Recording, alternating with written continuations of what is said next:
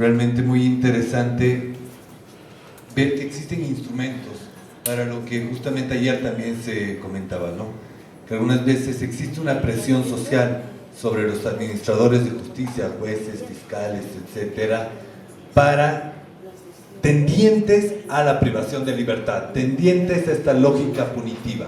Entonces, contar con algunos instrumentos que justamente contribuyan a que desde una mirada objetiva se vaya trabajando en pro de medidas no privativas de libertad o de frenar la detención preventiva excesiva, son elementos muy importantes. Ya comenzamos con la última intervención de la doctora Yana Rojas e inmediatamente comenzamos con las preguntas, que seguramente hay varias ya en mente. A nuestros invitados internacionales estar ahí, y quiero resaltar hoy la visita también de Atilio. Esta es la cuarta vez que nos visita. Yo estuve muy contenta, la primera vez que escuché a Atilio hablar aquí en Bolivia me encantó, y volvimos a invitarlo. Trabajamos en los manuales especializados y él revisó también nuestros manuales especializados, y cuando estábamos planificando este congreso, como decía al principio Adrián, pucha, son tantos meses de planificación que en un ratito se acaba, ya estamos casi en la fase final, pero pensando a quienes vamos a invitar. Entonces, claro, la primera persona que pensé fue en Atilio, y la verdad estoy muy contenta en poder compartir con él en esta oportunidad. Ayer hablando un poco con Atilio, me decía, tienen avances importantes en la implementación del sistema y grandes avances. No podemos exigir que todo esté funcionando al 100%, pero para los que sabemos cómo hemos empezado, tiene muchos avances, la verdad, Bolivia, respecto al sistema penal para adolescentes. Ya cuando me presentaba Adrián, comentaba que llevo trabajando muchos años en esta temática. Tengo la oportunidad de haber trabajado desde antes de la aprobación del Código del Niño, Niña, Adolescente, y justamente ahora recordaba cómo estábamos, ¿no? Al 2009 entro a trabajar en una institución que se llamaba Ricerca y Cooperazione. Los italianos nos están acompañando bastantes años aquí en Bolivia, con un proyecto que se llamaba Summa Camasinha. Dentro de los resultados de este proyecto decía la disminución de la detención preventiva y de las medidas privativas de libertad. ¿Y en qué estado de situación estábamos? Yo ayer les comentaba algunos datos y la verdad eran datos realmente alarmantes. Me acuerdo que Adrián en aquella época, bueno, igual quería resaltar, quisiera tener la memoria que tiene Atilio para acordarme fechas de todo, pero no, yo no tengo tanta memoria, pero recuerdo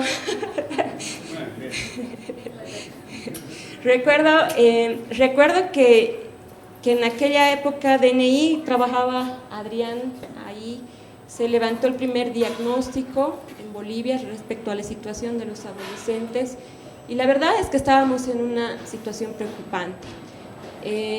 Los chicos de 12 a 16 años, como les comentaba, iban a un sistema que no lo podríamos llamar tan especializado, pero sí iban a un sistema especial. Se los llamaba adolescentes con responsabilidad social, adolescentes infractores, ¿no? La privación de libertad no era utilizada como una excepción, sino la regla, y peor aún con los chicos de 16 a 18 años. Imagínense, la convención dice, son niños hasta los 18 años, pero el Estado boliviano estaba incumpliendo con la convención, aunque ha sido el 8º país en ratificarlo.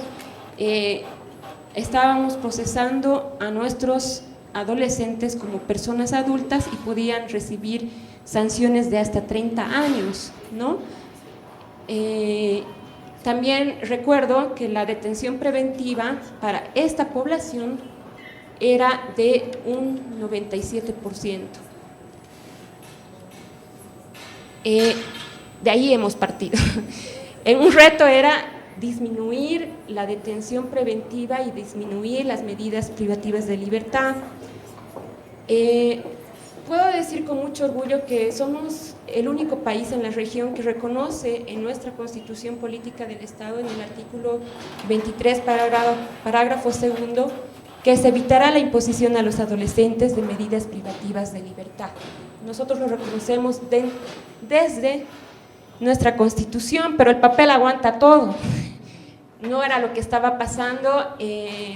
Me acuerdo que en la investigación que realizó Adrián en la primera con DNI, habían chicos, bueno, la situación irregular era tan fuerte que habían chicos que estaban privados de libertad en centros de detención que no habían cometido ningún delito. O sea, que estaban ahí porque los papás no sabían qué hacer con este adolescente, ¿no? Escucho a veces en Cochabamba el término de en depósito, que están en calidad de depósito. Yo me asusto cuando escucho este término, que sigue vigente, aún así teniendo todas las reformas, el tema de la situación irregular, ¿no? Felizmente se trabajó, porque salió la nueva Constitución Política del Estado, entonces todas nuestras leyes se tenían que adecuar a nuestra nueva Constitución Política del Estado. En este proyecto que yo les comento, de Sumacama-Siña, teníamos el objetivo de lograr disminuir.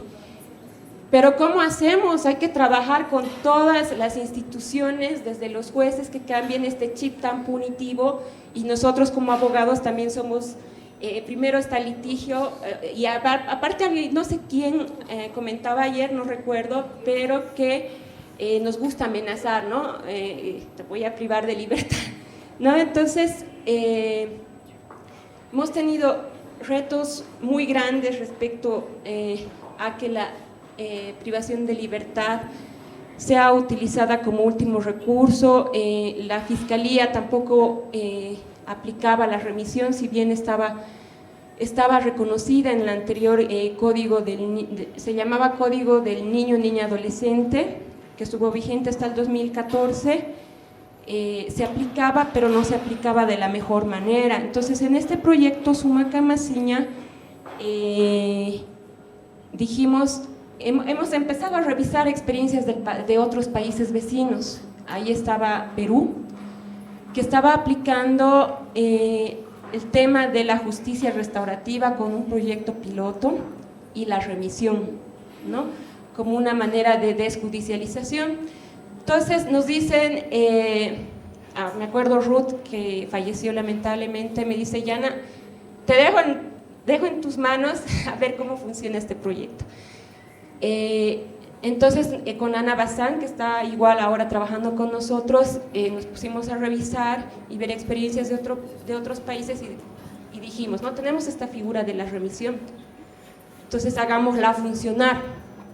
Y hemos justamente propuesto trabajar con una intervención biopsicosocial. En libertad estaba la doctora Amparo Lira y la doctora Jacqueline Rada en aquel tiempo como juezas de la niñez y adolescencia, que han apostado por la aplicación de la remisión. Y bueno, se hicieron pocos casos, pero empezamos a hacer una prueba piloto en el país sobre la aplicación de la remisión, la remisión y acompañado de programas. Como yo les mostraba ayer, existen datos muy lamentables, ya lo había mencionado, la detención preventiva, pero hoy podemos decir que a 5 años de la aplicación de nuestro nuevo Código Niño, Niña, Adolescente, y esto no lo puedo decir que solamente porque el Ministerio ha hecho todos los esfuerzos, no, el Ministerio de Justicia es solamente ente rector. Damos las líneas, pero son ustedes quienes aplican este código. Entonces, gracias a ustedes tenemos los datos que tenemos. La disminución de la detención preventiva a un 39% es un dato muy importante, un avance muy importante, ¿no? Es decir, que nuestros jueces fiscales han empezado a aplicar las medidas de desjudicialización y de salidas alternativas a la privación de libertad. Eso era manera de contarles cómo habíamos empezado. Se aprueba el código el 2014 y se aprueba, alguien igual comentaba, un proyecto que no tiene dinero, puede tender al fracaso. y precisamente el Código Niño Niña Adolescente se ha aprobado sin tener un respaldo financiero por detrás. Entonces yo aquella época ya me tocó estar en el Ministerio de Justicia apoyando, y recuerdo que teníamos muchos retos, ¿no? Desde hacer funcionar el sistema. Todavía no teníamos el reglamento aprobado, entonces decíamos, ¿ahora cómo hacemos? Entonces, la verdad es que hemos tenido muchos retos y los avances que tenemos ahora se debe a la inversión que han habido de muchas instituciones que han apostado por un sistema especial y especializado. Son pocas, eso también debo resaltar, son pocas, porque trabajar con esta población, imagínense, si en niños, niñas y adolescentes invertimos tan poco, imagínense trabajar con una población, con adolescentes que cometen delitos. Entonces, estaba siempre DNI trabajando, ahora trabaja mucho menos, estaba Proyecto Mundo, CDC, Capacitación y Derechos Ciudadanos, la Defensoría del Pueblo y alguna representación del Estado, ¿no? Entonces ya se empieza a trabajar muy fuertemente para que el Estado se haga cargo. Cecilia también, no sé si está acá, asumió igual un cargo dentro del ministerio, entonces ella impulsó dentro del ministerio a que se incorpore todo este tema de justicia restaurativa dentro del Código Niño Niña Adolescente. Ahora, dentro del tipo de medidas que reconoce, ya pasando un poco más al tema, medidas socioeducativas que reconoce nuestro código, tenemos 3, que son las medidas socioeducativas en libertad, medidas con restricción de libertad y medidas con privación de libertad. Entre las medidas socioeducativas en libertad tenemos a la prestación del servicio a la comunidad y a la libertad asistida. A las medidas socioeducativas con restricción de libertad tenemos el régimen domiciliario, régimen en tiempo libre, régimen semiabierto y con privación de libertad, que es el régimen de internamiento. Ayer también yo les daba una grata noticia. Felizmente ahora los 9 departamentos cuentan con centros de orientación, que son los centros donde se atienden las medidas alternativas a la privación de libertad, ¿no? Y justamente el Ministerio de Justicia realizó un estudio sobre costo-beneficios de la aplicación de medidas alternativas a la privación de libertad. En aquel tiempo, digamos, estaba vigente Calauma, era un centro para adolescentes. Entonces, si ustedes hacían un estudio de costo, o en Vicruz, en Santa Cruz, de cuánto costaba mantener a un adolescente privado de libertad, bueno, esto ya en términos económicos, porque en otros temas de calidad o beneficios de adolescentes es otra cosa, pero la gente por lo general se va a temas de costeo. ¿Cuánto me va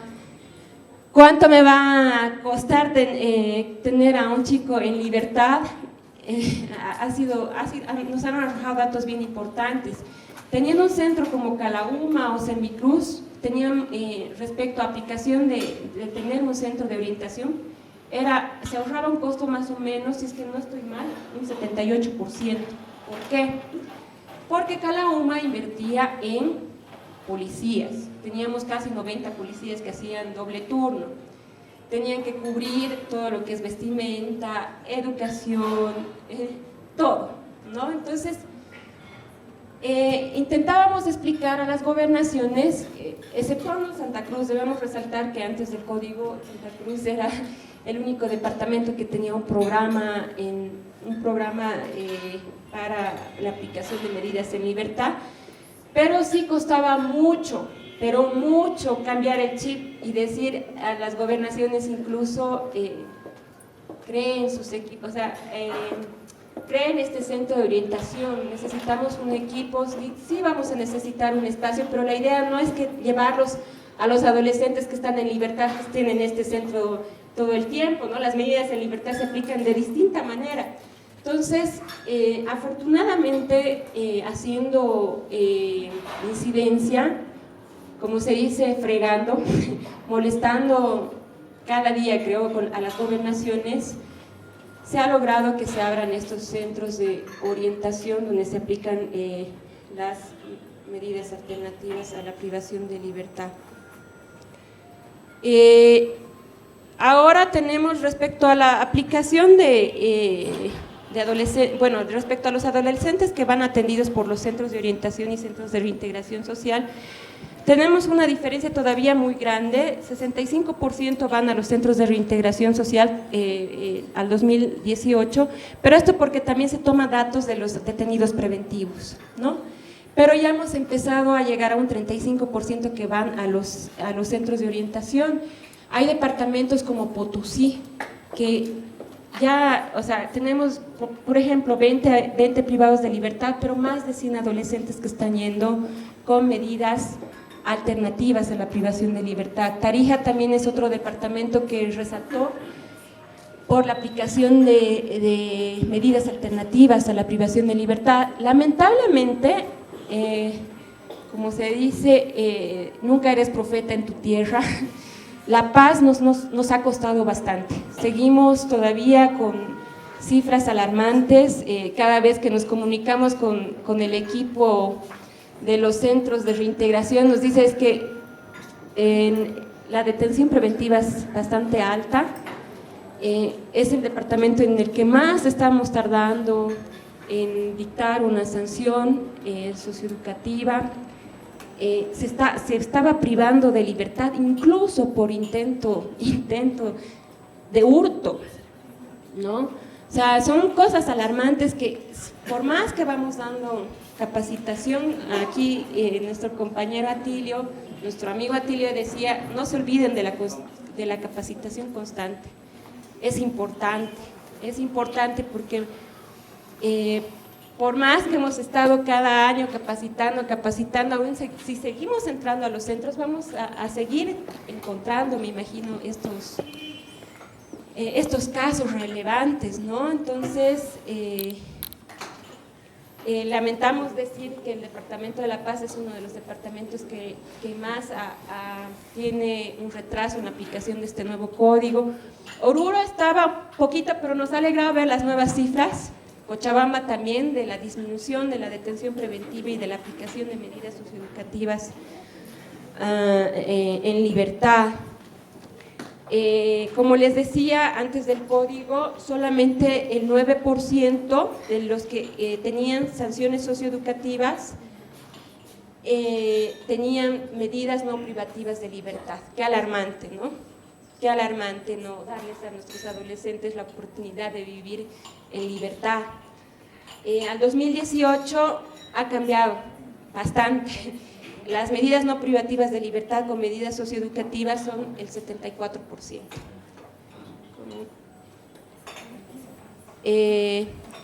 Y bueno, voy a pasar un poquito a los datos que se aplican por departamento. Santa Cruz está aplicando mucho la medida de libertad asistida, nos alegra bastante. También se están utilizando figuras como la remisión, servicio a la comunidad, las salidas alternativas, el régimen domiciliario. Pando, la verdad es que a veces depende que funcione un sistema mucho de las personas, no está acá nuestra juez, pero yo debo destacar el trabajo que ha realizado nuestra juez en Pando. La verdad, ella ha hecho funcionar el sistema penal en Pando, está obligando a los equipos interdisciplinarios a que saquen los PIEMs, a que hagan, bueno, es el departamento que no aplica mecanismos de justicia restaurativa, pero que sí ya está, o sea, no tenemos retardación de justicia, ¿no? Entonces está aplicando bastante también las salidas alternativas y régimen domiciliario. Beni, bueno, decimos, Beni de acuerdo a su densidad poblacional tiene un alto índice de adolescentes que cometen delitos, pero igual podemos destacar que en Beni se está aplicando mucho la figura de la remisión y con restricción de libertad el régimen domiciliario. Chuquisaca también ha sido uno de los departamentos que más nos ha preocupado. Ustedes saben que las condiciones del centro de privación de libertad no es uno de los más adecuados.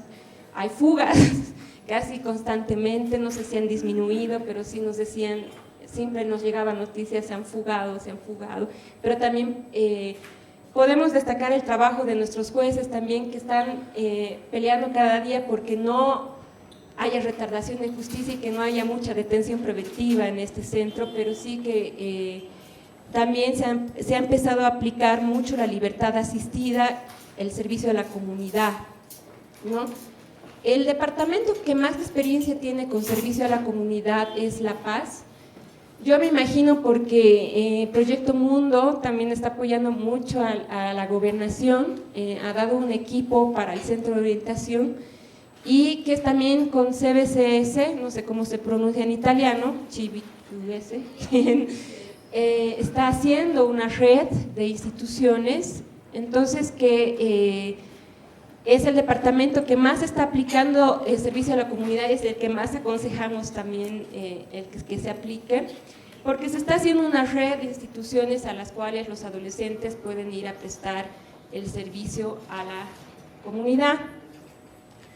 Yo no me quiero extender más, creo que ayer les he dado unos datos más importantes, no sé así decirlo, pero la verdad es que quisiera aprovechar esta oportunidad para felicitarles a todos ustedes, porque si hoy podemos mostrar esto es gracias al trabajo de ustedes de cada día, ¿no? Muchísimas gracias.